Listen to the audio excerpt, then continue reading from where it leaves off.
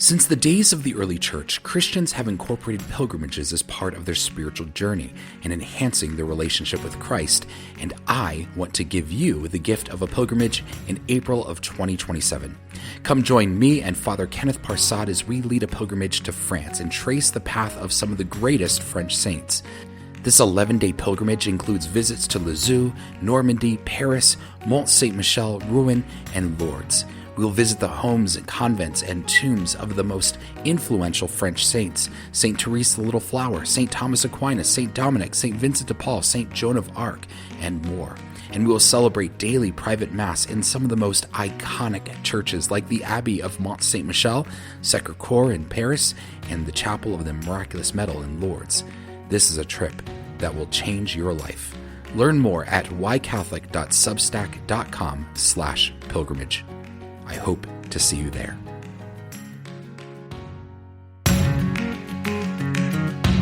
While I was in the process of becoming Catholic, I was traveling in Grand Rapids, Michigan. I decided to go to the cathedral, something I love to do when I travel.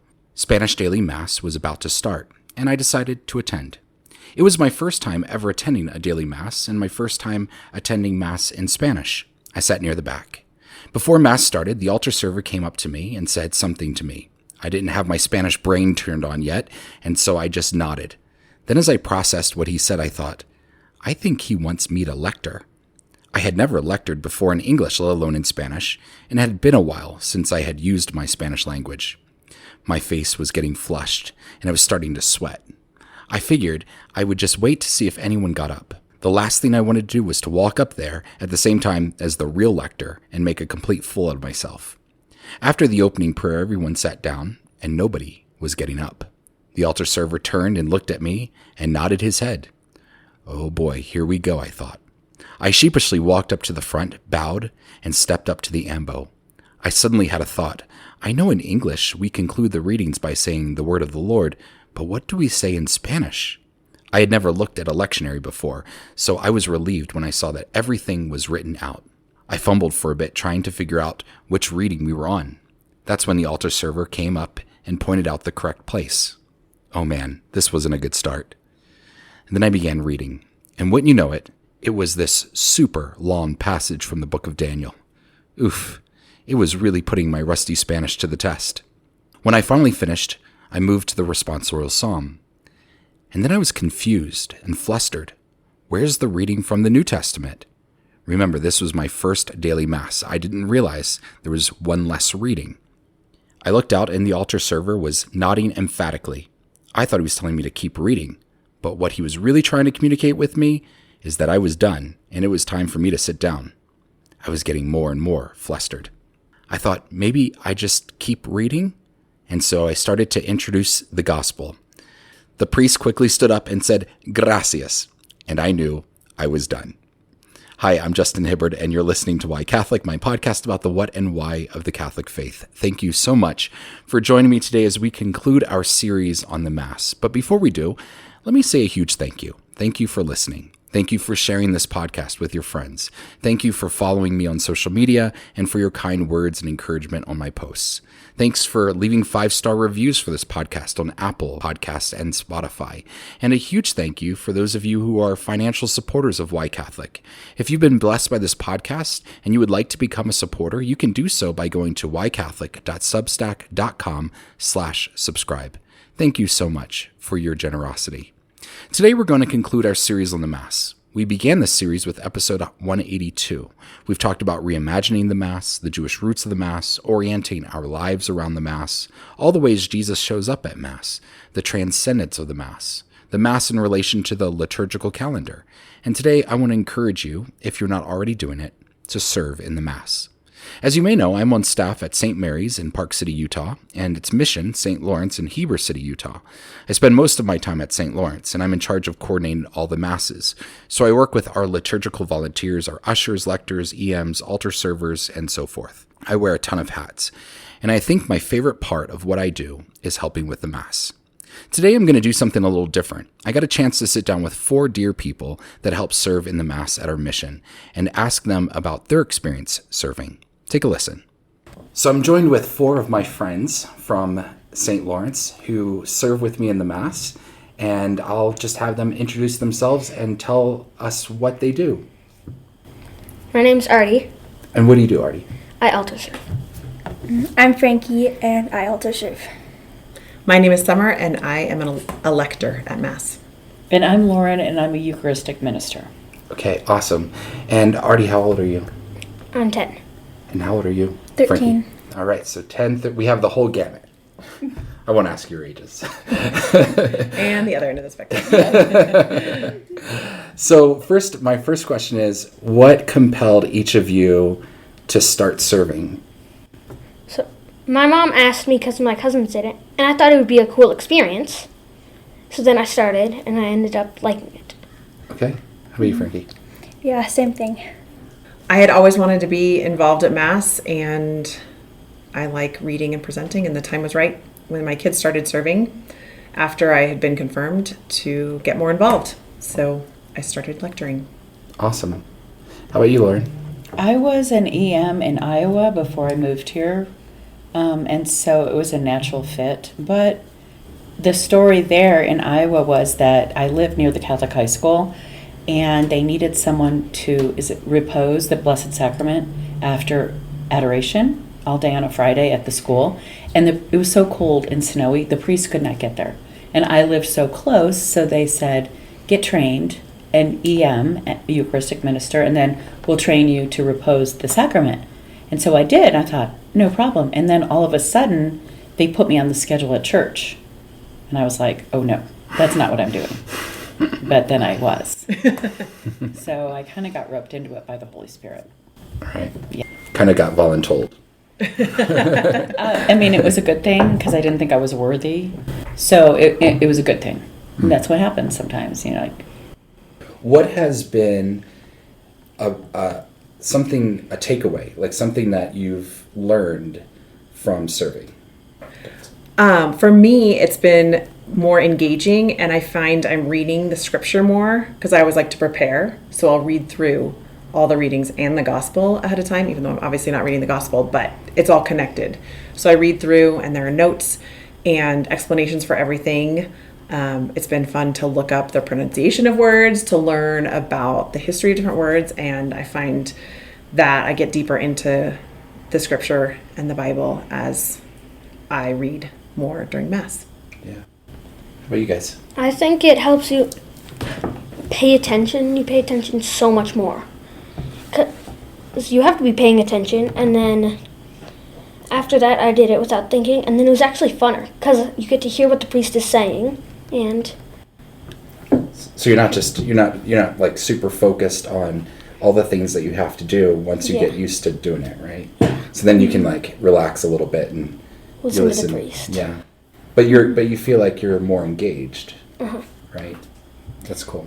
Yeah, it helps me pay attention during Mass because you have to do all the things to help the priest.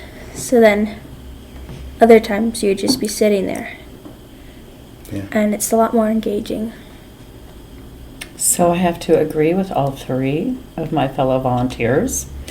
And I also find myself praying for the people I'm serving, the body and the blood, and looking in their eyes. If they look at me, not everyone does.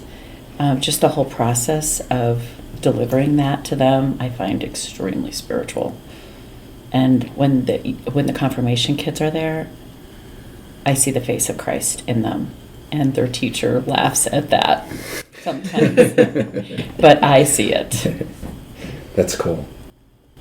What has changed about you since you started serving? I started praying in bed once I got in bed at night, and it helped. That's awesome. Setting up helps me understand what they do with everything, and getting the books ready and the wine and water. There's a lot of details, and I think for me, it makes me realize just how thoughtful the Mass is, right? Mm-hmm. So when I'm getting the missal ready, or I'm getting the cruets ready, things like that. There's just a lot of thoughtfulness. So yeah, I hear you. I think that's a big part of it for me too, is the why it's not arbitrary, the steps in Mass. And so understanding them and being part of it takes everything a step deeper during the Mass. And I have to agree with Artie that after you put aside, the anxiety of doing the right thing and then just kind of let the flow go, and there is certain parts of the Mass now that I'm really participating more, it's so enjoyable. That's really cool. If you were talking to someone that wasn't volunteering at Mass and you wanted them to get involved, what would you say? What are the benefits? What would be the compelling reason? I don't know. It just kind of feels better to help. It's fun to try, and if it's not the right thing for you, you could try a different thing. Like you could sing in the choir or set up after or something. But I think it's a really good experience. For any reason, like they were saying, to try, just give it a shot. But especially if you're looking to deepen your relationship with Christ and your involvement at Mass, it's a really good opportunity. Physically involving your body is a whole different level than just sitting passively, which Mass is not passive completely, but the engagement is very different. And key word that Summer just said was relationships. Relationships with your co-volunteers, relationships with the employees like you, relationships with the people you're serving, and relationship with the priest, because you do get to know him when you're up there and he looks at you, and so for me, it's the relationships too, with the Mass, with my faith, and with the people. I think that's a big key that hasn't been mentioned, is getting to know the priest. I would agree. I think in the past, the priest has been so separate if you're in the pew, but when you're working with him, you're learning so much and really involved. That's really cool. What is one mistake you've made? Can you think of a mistake that you've made, and how did that make you feel? After we prayed, then we went up to get all the stuff to the altar, like the wine and the water. And I'm supposed to take the crucifix back to get the gifts. But most of the time I don't do that. Most of the time I have to tell him. Yeah. I mean, it doesn't necessarily feel bad, but I don't know. There's lots of little details. It's easy to forget something. Anyone else? Oh my gosh. I remember one time, for some reason, I just thought the priest needed to wash his hands. So there I am standing with the bowl, and I know you were on the other side of that piano thinking, sit down, Lauren, this is not the time. And then finally I was just like, okay, this is not the time. I was so mortified, but you know what? I got over it. I didn't die, and Lightning didn't strike you down. No, but I'm like, why did I think he needed to wash his hands? And I'm like, I feel like it's a cleansing part, No. Oh my gosh. It's easy to make a mistake reading or pronouncing names incorrectly. So I usually just try to take a breath and keep going. When you get like the book ready, or like if you come up at the wrong time or forget something when you're bringing everything up. Yeah. Or like forget to put something on the tray that you need and you have to run back into the other room to get it. Happens To all of us. Yeah. We learn by making mistakes. That's what I like to Yes, say. we do. And we have all learned, haven't we? What is one piece of advice you would give to a new volunteer? No pressure. No pressure? Yeah. Like just relax? Yeah. Go with the flow? Okay, Yeah. I like that. You can ask questions. Ask questions. Yeah, if you don't know something and someone's next to you, you can just ask a question to them, and mistakes are okay. Great. When you're reading, go more slowly than you think, and if you're feeling nervous, take a deep breath. Love it. Just enjoy the ride. Just enjoy the ride. That's all. Well, this is great. Thank you guys for joining me today, and thank you for serving. Thank you. I love Artie, Frankie, Sommer, and Lauren. They are some of my favorite people, and I'm so grateful that they shared their perspective with you, and I'm so grateful for their servant hearts. I know serving in Mass can be scary for people, getting up in front of people, being afraid of making a mistake, and everyone taking notice. Here's what I always tell our servers. We learn by making mistakes. I think I've made every one of them. So don't be afraid of making mistakes. And once you get over that fear, you'll love serving in the Mass. Here are 3 things I love about serving. First, I love helping my priest. I've come to build a really good chemistry with our parochial vicar, Father Parsad. He's the one that will be joining me for my pilgrimage in April 2027. I've gotten to the point where I anticipate all of his moves, and it's awesome to be there to assist him and make his work just that little bit easier. Secondly, I'll echo something Lauren mentioned. Whenever I have needed to serve communion, it is an absolute joy. I can think of nothing more humbling and honoring than to be an instrument of grace by giving them the body and blood of Christ. Thirdly, I love helping to craft our liturgy and make it more reverent, and I get to play a role in that by serving in the Mass. So let me encourage you, if you aren't already serving in Mass, to start doing so. Trust me, there are never enough volunteers for Mass, whether it's altar serving, lecturing, being an EM, or joining the music ministry. I am 99% sure your parish needs more volunteers. And if you try something and don't like it, it's okay. Go try something different. And I guarantee you this, by serving, you will gain a whole new appreciation for the Mass. Thank you for joining me for Why Catholic. Be sure to subscribe to Why Catholic wherever you get your podcasts. And you can also subscribe to my Substack site and get the next episode in your email inbox. As a subscriber, you get a special discount code to the Why Catholic Etsy store. If you've been blessed by this podcast and you're feeling generous, there's also a way to financially support it, and patrons get some extra perks. To become a free subscriber or a patron, just go to whycatholic.substack.com/subscribe. Also join me on Instagram at Why Catholic Podcast, all one word. Thanks again for listening. My name is Justin Hibbard, and this is Why Catholic. God bless you.